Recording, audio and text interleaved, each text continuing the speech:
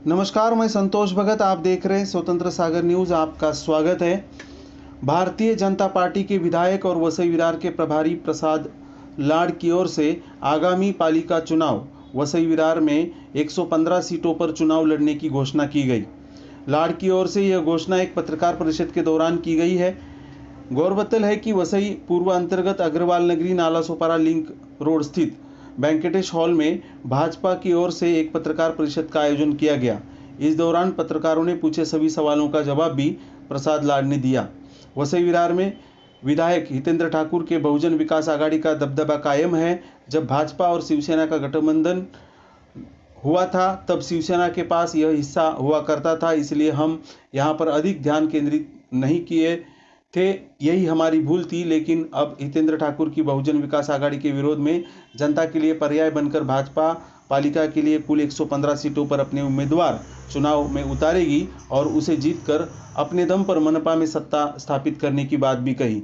इस अवसर पर सह प्रभारी भरत राजपूत, जिलाध्यक्ष राजन नाइक, मनोज बारोट, राजू म्हात्रे और अजित अस्थाना सहित बड़ी संख्या में भाजपा पदाधिकारी एवं कार्यकर्ता उपस्थित थे।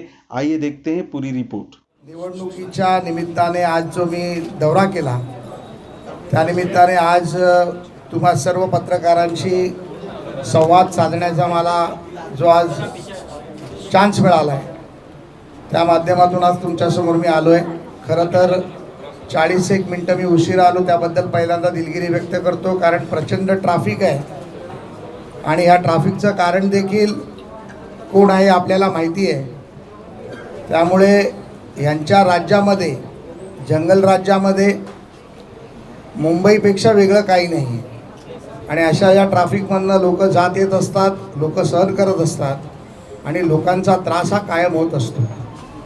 सर्वप्रथम आज या पत्रकार परिषदेला माझ्याबरोबर माझे सहप्रभारी राजपूत साहेब, डहाणूचे नगराध्यक्ष सन्माननीय राजन नाईक साहेब, महेंद्रजी आणि सर्व मान्यवर आज इथे भारतीय जनता पार्टीच्या वतीने उपस्थित आहे। प्रत्येक शक्ती केंद्र प्रमुख आणि बूथ प्रमुखांच्या घरी जाऊन चहा पिणं, चर्चा करणं, संघटनात्मक बांधणी कशी झाली आणि संघटनात्मक बांधणीमध्ये कुठे आम्ही कमी पडतोय का याचा अभ्यास करणं याच्यावर होता। मला असं वाटतं की आम्ही जेव्हापासून प्रभारी म्हणून माझी नियुक्ती झाली आणि सहप्रभारी म्हणून राजपूत असतील किंवा जयप्रकाश ठाकूर असतील यांची नियुक्ती झाल्यानंतर सतत कार्यकर्त्यांचा उत्साह वाढवण्याचा प्रयत्न आम्ही करत आहोत आणि हा प्रयत्न करत असताना कार्यकर्त्यांनी ज्या जोमाने आणि ज्या जोशाने वसई विरारमध्ये जोरदार प्रमाणात जे काम चालू केलं आहे त्याची भीती ही शिवसेनेला तर वाटलीच आहे, पण बहुजन विकास आघाडीला देखील त्यांची शेट्टी वाजायची बंद झाली असं मला वाटायला लागलंय। कारण वेगवेगळ्या माध्यमातून आमच्या कार्यकर्त्यांना घाबरवणं, कार्यालय बंद करा म्हणून धमक्या देणं आणि या व्यतिरिक्त कार्यकर्त्यांच्या मनामध्ये आणि मतदारांच्या मनामध्ये संभ्रम निर्माण करण्याचं काम बहुजन विकास आघाडी करून सातत्याने होत आहे। भारतीय जनता पार्टी आमच्याबरोबर युती करणार अशा प्रकारच्या खोट्या बातम्या पसरवण्याचं काम देखील बहुजन विकास आघाडी करून केलं जात आहे, त्याचा मी आपल्या माध्यमातून निषेध करतो आणि आपल्या माध्यमातून मी एक गोष्ट सांगू इच्छितो की भारतीय जनता पार्टी ही 115च्या 115 जागा स्वबळावरती स्वतः भारतीय जनता पार्टी म्हणून लढवणार आणि आमच्याकडे जवळजवळ 115 जागांसाठी 210 लोकांची ॲप्लिकेशन्स आतापर्यंत आलेली आहेत। त्यामध्ये आम्ही स्क्रुटिनी केलेली आहे। कार्यकर्त्यांच्या माध्यमातून प्रत्येक असलेल्या उमेदवाराची मी जवळजवळ सर्व उमेदवारांची मी स्वतः आणि माझ्या सर्व प्रभाऱ्यांनी सहप्रभाऱ्यांनी चर्चा केलेली आहे आणि संपूर्ण निवडणूक यंत्रणा ही प्रदेश पातळीवरनं नियंत्रित केली जाते आहे। आमचे सन्माननीय जिल्हा अध्यक्षांनी मागच्या कित्येक वर्षापासून भारतीय जनता पार्टीचा झेंडा खांद्यावर घेऊन भारतीय जनता पार्टी इथे अतिशय मोठ्या प्रमाणात जंगलराज असताना देखील मोठी करण्याची काम या सर्व कार्यकर्त्यांच्या माध्यमातून केलं। त्याचं फलित म्हणून आज आम्हाला जवळजवळ 115 वॉर्डसाठी 210 पेक्षा जास्त लोकांनी आतापर्यंत निवडणुकीसाठी आम्ही इच्छुक आहोत अशा प्रकारचे अर्ज केले आणि त्या सर्व कार्यकर्त्यांचा मला अभिमान वाटतो। या महापालिकेमध्ये सातत्याने निवडणुकीच्या माध्यमातून कित्येक तरी विषय पुढे यायचा प्रयत्न होतोय। मी विधान परिषदेमध्ये या विधानसभेच्या अर्थसंकल्पाच्या अधिवेशनाच्या सत्रामध्ये 3-4 विषय ठेवले होते, परंतु महापालिकेकडून अजून मला त्या पद्धतीचं कुठलंही उत्तर आलं नाही. ज्याच्यामध्ये सर्वात मोठा प्रश्न होता तो 110 महापालिकेच्या रिझर्व ज्या जागा आहेत त्यापैकी 26 जागांवर अतिक्रमण झालेलं आहे. ते अतिक्रमण कोणी केलं, त्या अतिक्रमण करणाऱ्याचा बाप कोण आणि ते अतिक्रमण काढणार की नाही काढणार हा सगळ्यात मोठा प्रश्न वसई विरार नगरपालिकेमधल्या जनतेला आहे. या व्यतिरिक्त कोळी समाजासाठी 40 एकरची जी जागा दिली गेली होती त्या जागेमध्ये जाळी बांधणं, सुकी मच्छी सुकवणं किंबहुना कोळी समाजांच्या लोकांच्या विकासासाठी वेगवेगळे प्रकल्प करण्यासाठी ती जागा होती. एक शेरू नावाचा एक अज्ञात गुंड त्या जागेवरती अतिक्रमण करून बसला आहे. तहसीलदार तलाठी त्या माध्यमातून कुठल्याही प्रकारचा त्याच्यावरती ॲक्शन घेत नाही आहे. सकाळपासून मी तलाठी, प्रांत, तहसीलदार यांना फोन करण्याचा प्रयत्न करतो आहे. सर्वांचे फोन बंद आहेत. प्रशासन झोपलं हे आपण आता वेळोवेळी सर्व चॅनलच्या माध्यमातून बघतच आहोत. महिलांचा अत्याचार असेल, गुंडशाही असेल, खंडणी असेल, वसुली असेल, जी मुंबईमध्ये किंवा महाराष्ट्रात सर्व ठिकाणी आहे तशीच पद्धत या वसई विरार महानगरपालिकेमध्ये आहे. हे देखील आज आम्हाला लोकांच्या समोर डोळ्यासमोर यायला लागलं आहे. कारण हा शेरू नावाचा जो व्यक्ती आहे हा शेरू वाघे नावाच्या भक्तीने नाव बदलून हा शेरू वाघे झालेला आहे. हा मुळात याचा आम्हाला मिळालेल्या माहितीप्रमाणे तो बांगलादेशी नागरिक अशी आमची माहिती आहे, परंतु तरी देखील त्याच्यावरती कारवाई कधी होणार याची आम्ही वाट पाहतो आहे. या व्यतिरिक्त रस्त्याचे प्रश्न असतील, पाण्याचे प्रश्न असतील, लोकांना धमकावण्याचे प्रश्न असतील, हे या महापालिकेमध्ये सातत्याने होत आहेत. आत्ताच मी नायगाव येथून आलो. जो रेल्वे ओव्हरब्रिज सन्माननीय राम नाईक साहेबांनी सुरू केला होता तो रेल्वे ओव्हरब्रिज कुठल्या कारणासाठी या स्थानिक नेतृत्वाने बंद पाडला, महापालिकेने बंद पाडला, त्याचं देखील कारण यांच्याकडे नाही आहे. कारण जर नायगावमध्ये जर तो ब्रिज निर्माण झाला तर त्या ब्रिजच्या माध्यमातून भाईंदरकडे जाण्यासाठी अतिशय सुंदर असा रस्ता निर्माण होतो आणि नायगाव ह्या अतिशय ग्रामीण भागासारखा आजही राहिलेला जो परिसर आहे त्याची डेव्हलपमेंट होऊ शकते.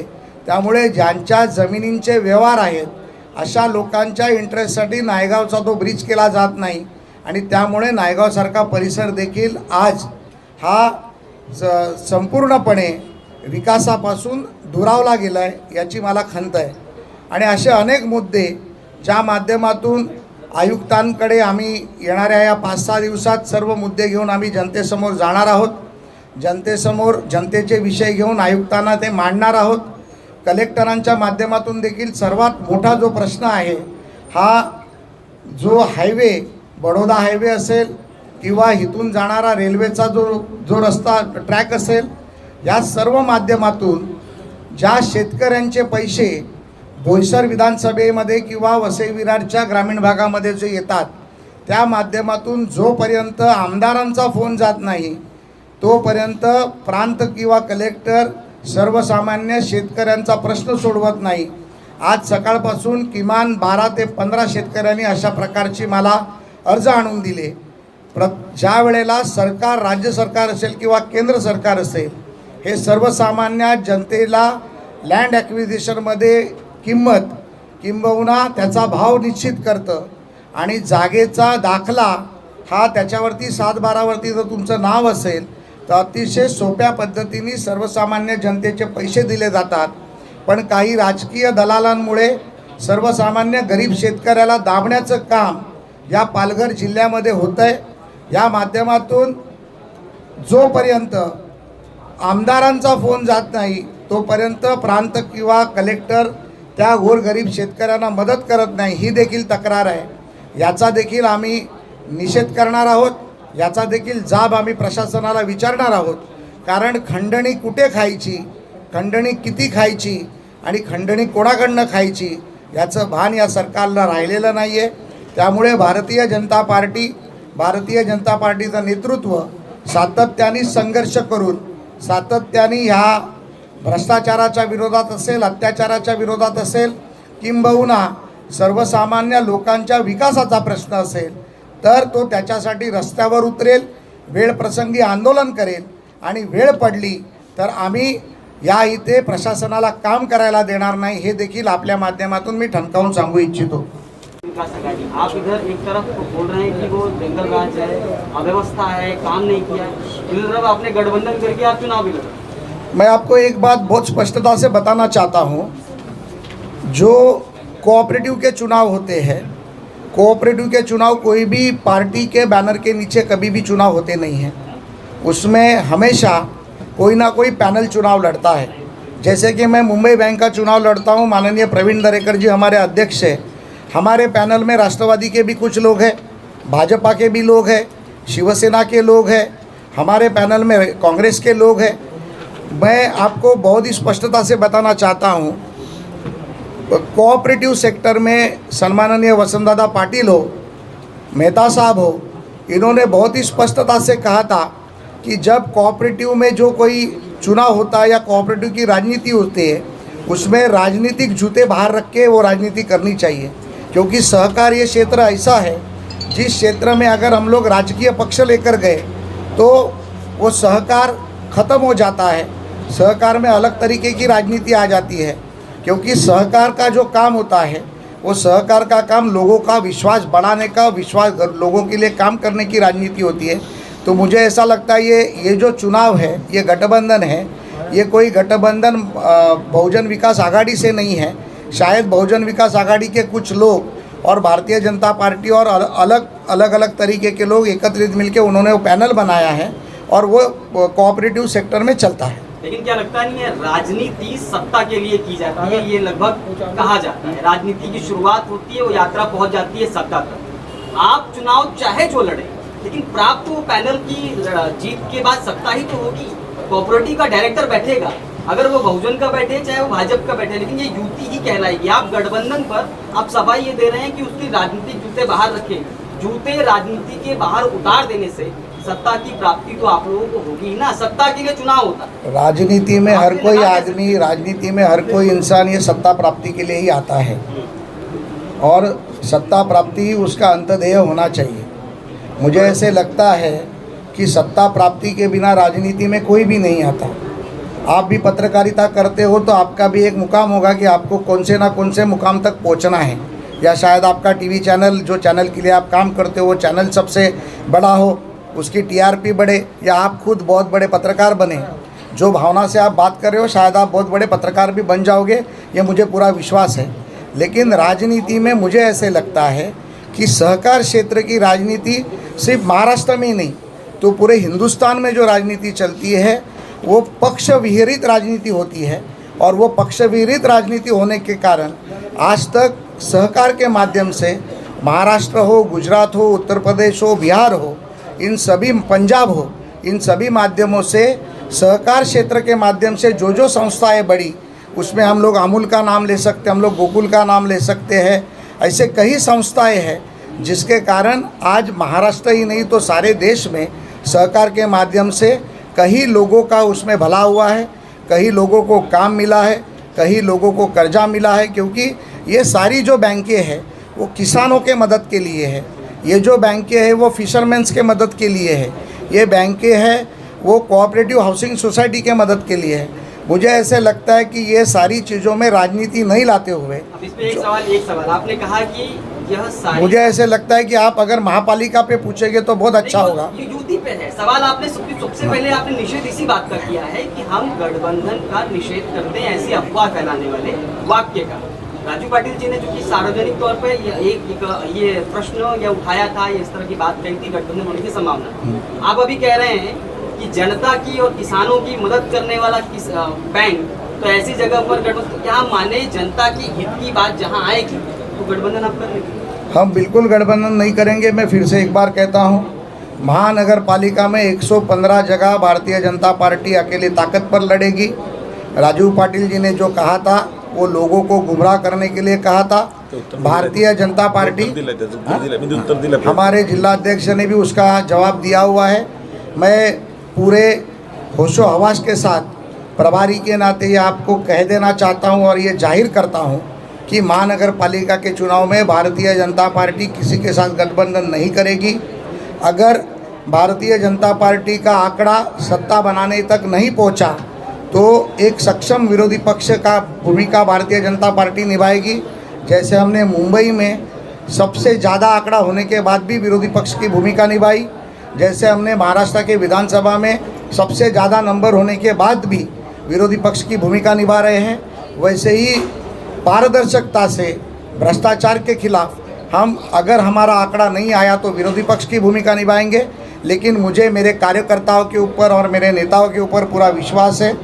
पूरे हिंदुस्तान में जैसे भाजपा की लहर है, वैसे ही लहर वसई विरार महानगर पालिका में भारतीय जनता पार्टी की तरफ से होगी। सर, महाराष्ट्रामध्ये जे काही ठिकाणी जे आगीचे सूत्र सुरू आहेत, त्याचप्रमाणे वसई विरारमध्ये काही आढावा भाजपने घेतला आहे का? जे विरोधी पक्ष नेते सातत्याने पाठपुरावा करत त्याबद्दल वसई विरारमध्ये काही आढावा आहे का? मी आत्ताच जसं तुम्हाला सांगितलं की वसई विरारमधल्या बऱ्याचशा गोष्टी, बऱ्याचशा आस्थापना याच्यामध्ये अनियमितता आढळून येते। मग ते मॉल असतील, ती हॉटेल्स असतील, मोठ्या मोठ्या इमारती असतील, त्या बाबतीत देखील आमचे अध्यक्ष राजन नाईक यांनी एक अहवाल तयार केलेला आहे। तो अहवाल घेऊन आम्ही पहिले नियमाप्रमाणे महापालिका आयुक्तांची भेट घेणार आहोत। महापालिका आयुक्तांना आणि सन्माननीय मंत्री एकनाथ शिंदे जे UDचे मंत्री आहेत त्यांना देखील आम्ही या बाबतीत भेट घेऊन हा विषय सांगणार आहोत। कारण महाविकास आघाडीचं जे सरकार आहे, हे सरकार आणि ज्याच्या गठबंधनमध्ये बहुजन विकास आघाडी देखील आहे, हे लोकांना सत्तेमध्ये पैसे खाण्याच्या पलीकडे दुसरं कुठलंही काम सुचत नाही। लोकांची व्यवस्था, लोकांची सुरक्षा आणि लोकांचं हित हे यांच्याकडून होत नाही। त्यामुळे आम्ही विरोधी पक्षाच्या भूमिकेमध्ये, विरोधी पक्षाच्या भूमिकेतून जे जे जनतेच्या सुखासाठी, जनतेच्या हितासाठी करायला मिळेल ते आम्ही करणार आहोत। सर, मीरा भाईंदर पोलीस आयुक्त हे शहर लाटण्यासाठी का गुन्हेगारी कमी करण्यासाठी हा प्रश्न उपस्थित केलेला आहे भाजपने, याबद्दल माननीय देवेंद्र फडणवीस साहेब ज्या वेळेला मुख्यमंत्री होते तेव्हा हा प्रस्ताव आला होता। त्यामध्ये पिंपरी चिंचवड, कोल्हापूर, सोलापूर आणि वसई मीरा भाईंदर पोलीस आयुक्तालयाचा प्रस्ताव होता। मी आपल्याला फार छातीवर हात ठेवून विश्वासपूर्वक सांगू इच्छितो, त्यावेळेच्या आलेल्या पोलिसांच्या अहवालामध्ये मीरा भाईंदर ही कमिशनरेट होऊ शकत नाही असा अहवाल तेव्हाच्या DGनी दिला होता। त्यामुळे माननीय तेव्हाचे मुख्यमंत्री आणि आताचे विरोधी पक्षनेते यांनी त्यांच्या कार्यकाळात फक्त पिंपरी चिंचवडच पोलीस आयुक्तालयाची स्थापना केली, घोषणा केली, आयुक्त नेमले। पण यानंतर या महाविकास आघाडीमध्ये बदल्याच्या राजकारणात आपण पाहिलंच असेल की बदल्याच्या राजकारणात काय चाललं आहे, कोणाकोणाकडून पैसे घेत आहेत। त्यामुळे एक नवीन दुकान उघडण्यासाठी या वसई विरार किंवा मीरा भाईंदर आयुक्तालयाची स्थापना केली गेली। पण एक गोष्ट मी अतिशय हक्काने आणि आवर्जून सांगेन, ज्यांना आयुक्त म्हणून आणलं गेलं आहे तो अतिशय सज्जन, अतिशय निष्पाप आणि ह्या देशासाठी काम करणारा आयुक्त असा या विभागाला मिळाला आहे, ज्यांचं नाव सदानंद दाते आहेत। त्यामुळे त्यांच्यावर कुठलाही मी आरोप करणार नाही।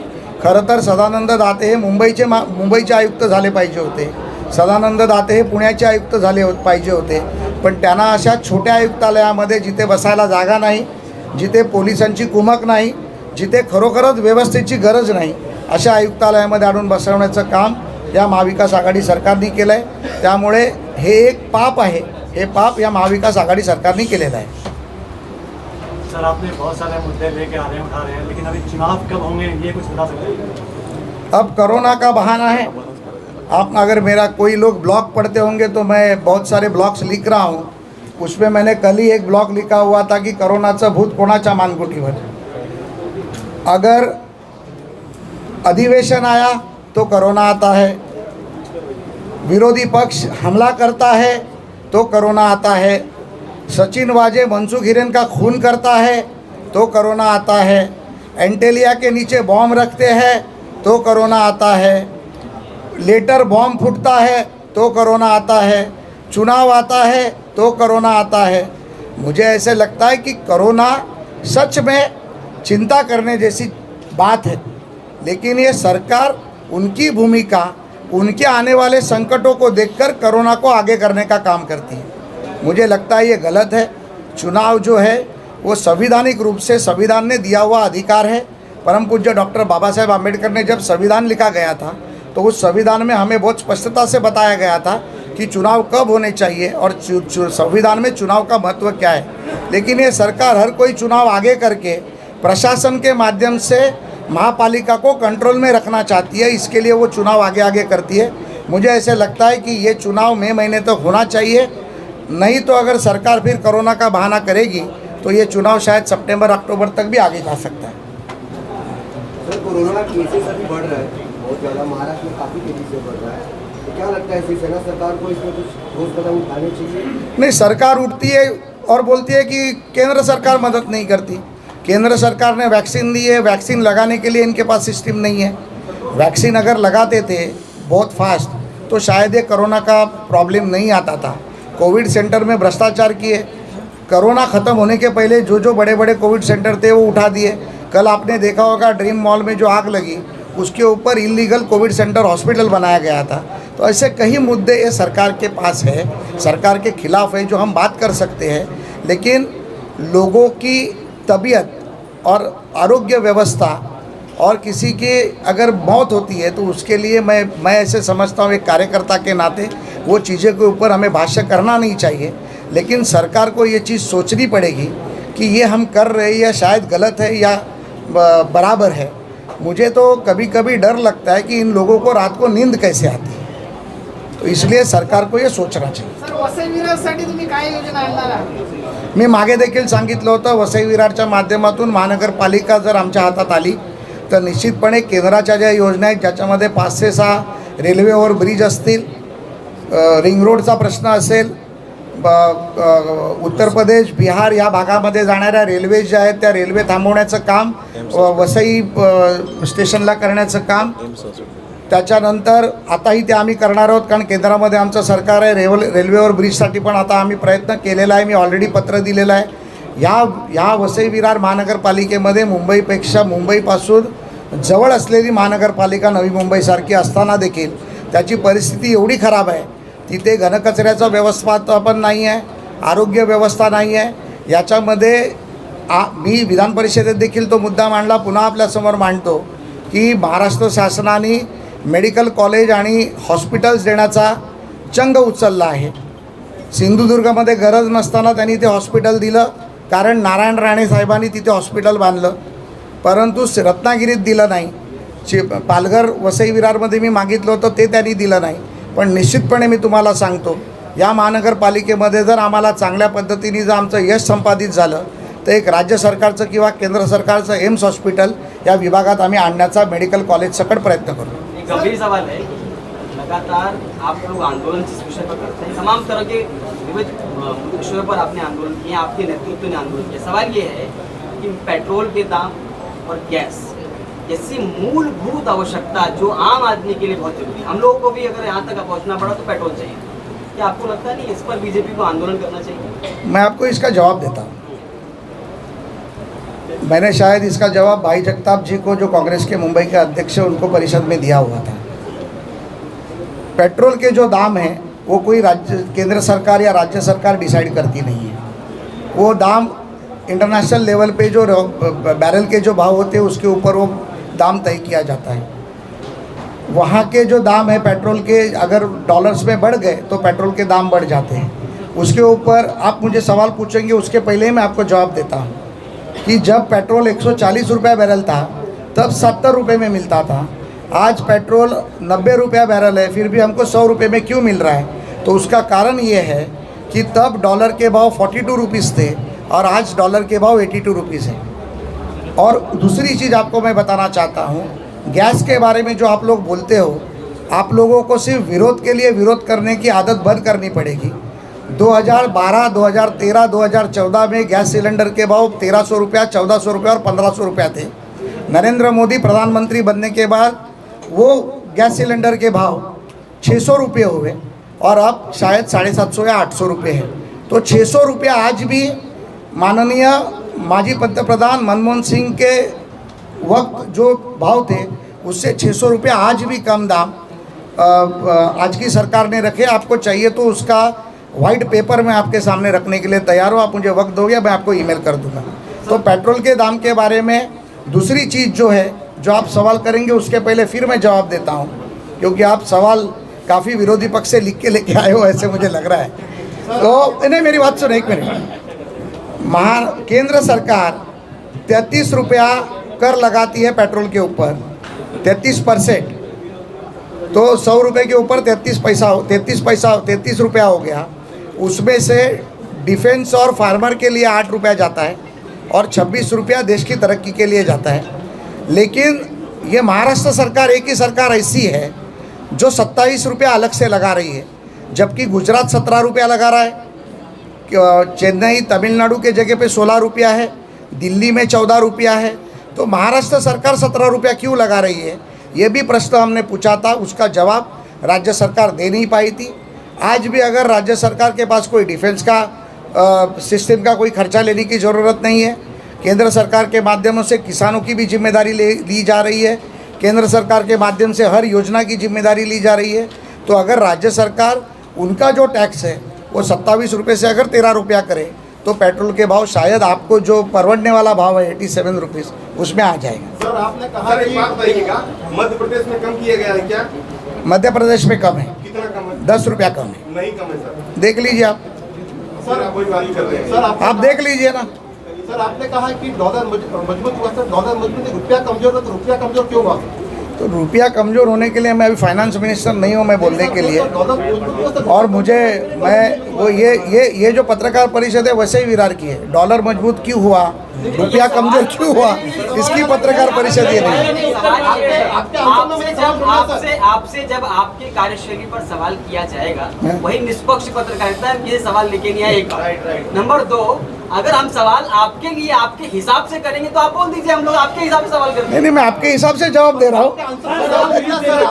चलो थैंक यू। सर विषय निकला है तो ये बता दूं कि 2014 के पहले नरेंद्र मोदी जी खुद सत्ताधारी पार्टी के ऊपर आरोप लगाते थे कि सत्ताधारी जो पार्टी है उनकी वजह से पेट्रोल डीजल के भाव बढ़ रहे हैं, जबकि आपने अभी ये बोला कि सरकार नहीं बढ़ाती है, विदेश में जब पेट्रोल के दाम बढ़ते हैं तो बढ़ते हैं। नहीं, तब के वक्त में भाई साहब, तब के वक्त में सेंट्रल गवर्नमेंट पेट्रोल को और डीजल को सब्सिडी दिया करती थी और वो सब्सिडी हमारे टैक्स से निकाला करती थी। नरेंद्र मोदी जी आने के बाद सब्सिडी निकाली, उज्ज्वला गैस योजना के माध्यम से 8 करोड़ महिलाओं से भी ज़्यादा महिलाओं को आज फ्री गैस दिया जा रहा है। गैस बढ़ाने का पैसा नहीं है। मैं बता रहा हूँ, तो आपके जवाब का मैं जवाब दे रहा हूँ तो आप फिर क्वेश्चन कर रहे हैं। आप पत्रकार परिषद ले रहे हो या मैं पत्रकार परिषद ले रहा हूँ? मैं आपको जवाब दे रहा हूँ कि उज्ज्वला गैस के माध्यम से नरेंद्र मोदी जी ने 8 करोड़ से भी इस देश की जनता को गैस दिया हुआ और उसका पैसा 1 रुपया वो किसी से लेते नहीं है। तो सब्सिडी भी उन्होंने बंद की, लेकिन गरीबों को गैस देने का काम किया। जो लोग खुद कमा लेते हैं, जिनकी आमदनी सबसे अच्छी है, उनको गैस महंगा है, लेकिन जो गरीब है, जो ऑरेंज कार्ड के नीचे के लोग हैं, उनको गैस फ्री में मिल रहा है। और रही पेट्रोल की बात, पेट्रोल की सब्सिडी अब बंद है। जैसे मैंने बताया डॉलर का भाव बढ़ गया। डॉलर का भाव क्यों बढ़ा हो, मेरे भाई ने पूछा, मुझे पास जवाब नहीं है क्योंकि मुझे वो मालूम नहीं है, मैं अर्थतज्ञ नहीं हूँ। तो ये मुझे मालूम नहीं है डॉलर का भाव क्यों बढ़ा, लेकिन 100% ये जो आम लोगों को तकलीफ़ हो रही है, इस तकलीफ़ से रास्ता निकलना चाहिए, क्योंकि पेट्रोल के भाव बढ़ने से सिर्फ गरीब लोगों को तकलीफ़ नहीं होती, तो हर स्तर के लोगों को तकलीफ़ होती है। मैं भी इसके लिए मांग करूंगा कि पेट्रोल के भाव कम होने चाहिए। सर मेरा सवाल आपसे, सर एक सेकंड, एक क्वेश्चन। आपने बोला वसई विरार से क्वेश्चन कीजिए, तो मेरा वसई विरार से क्वेश्चन है आपसे कि इतने सालों से आप बोल रहे हैं कि वसई विरार में काम नहीं हो रहा है, तो इतने सालों से बहुजन विकास अघाड़ी जीतते हुए क्यों आ रही है? क्योंकि सक्षम विरोधी पक्ष नहीं था। आप आपकी कमजोरी मानते हैं? हम मान रहे हैं ना, हम मान रहे हैं। कमजोरी दूर होगी सर? अभी 200% दूर होगी और पूरी ताकत से हम। आपका मुद्दा क्या होगा सर? हमारा मुद्दा विकास का होगा, हमारा मुद्दा भ्रष्टाचार का होगा, हमारा मुद्दा दहशतवाद का होगा, हमारा मुद्दा लोगों की गुंडाशाही के खिलाफ होगा। और जो विकास हम करना चाहते हैं, जो महाराष्ट्र में देवेंद्र फडणवीस साहब ने किया, वही विकास के मॉडल को लेके, फिर वो मेट्रो हो, रोड ट्रांसपोर्ट हो, वाटर ट्रांसपोर्ट हो, अच्छी स्कूलें हो, अच्छे रास्ते हो, कचरे का मुद्दा हो, डंपिंग ग्राउंड का मुद्दा हो, आरोग्य व्यवस्था का मुद्दा हो, ये सारी मुद्दे को लेकर हम इस चुनाव में लोगों के सामने जाएंगे। और मुझे ऐसे लगता है कि इसके अलावा वैसे ही विरार में जो जनता रहती है, वो बहुत सारे लोग शायद मुंबई या मुंबई के आसपास के इलाके में नौकरी करने जाते हैं। जब वो घर आते हैं तो उन्हें घर में शांति की ज़रूरत होती है। वो शांति उनको अगर मिली, वक्त पे पानी मिला, वक्त पे लाइट मिली, वक्त पे जो ज़रूरतें हैं वो अगर मिली तो मुझे लगता है कि वसई विरार की जनता भारतीय जनता पार्टी के पीछे ताकत से खड़ी है।